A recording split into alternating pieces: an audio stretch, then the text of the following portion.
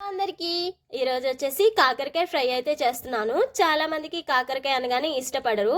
మీరు కనుక కాకరకాయని ఇట్లా ఫ్రై చేస్తున్నారంటే ఇంకా చాలా అంటే చాలా ఇష్టంగా అయితే అందరూ తినేస్తారు. ముందుగా కాకరకాయని ముక్కల కింద కట్ చేసుకుని ఆయిల్లో అయితే ఫ్రై చేసుకోవాలి. మరీ ఎక్కువ అవసరం లేదు, కొంచెం అయితే సరిపోతుంది. తర్వాత అదే గిన్నెలో పోపు దినుసులన్నీ వేసేసుకుని 2 మినిట్స్ అయితే ఫ్రై చేసుకోండి. తర్వాత దీంట్లో కొన్ని ఎల్లుల్లి రబ్బలు ఇంకా పుట్నాల పప్పు అయితే మిక్సీలో గ్రైండ్ చేసుకొని పౌడర్ లాగా పక్కన పెట్టుకోండి. తర్వాత ఒక పెద్ద ఆనియన్ కట్ చేసుకుని బాగా ఫ్రై చేసుకున్న తర్వాత ముందుగా మనం ఫ్రై చేసుకున్న కాకరకాయ ముక్కలను అయితే దీంట్లో యాడ్ చేసేసుకోవాలి.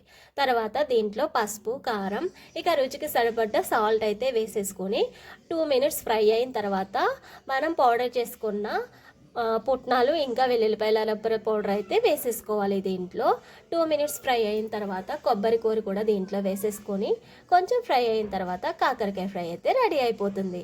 ఇంకెందుకు ఆలస్యం, మీరు కూడా ఒకసారి అయితే ట్రై చేసేయండి. నా కాకరకాయ ఫ్రై ఎట్లా వచ్చిందో కామెంట్లో అయితే చెప్పేసేయండి. ఈ వీడియో కనుక మీకు నచ్చినట్లయితే లైక్ చేయండి, సబ్స్క్రైబ్ చేయండి. Thank you, keep watching.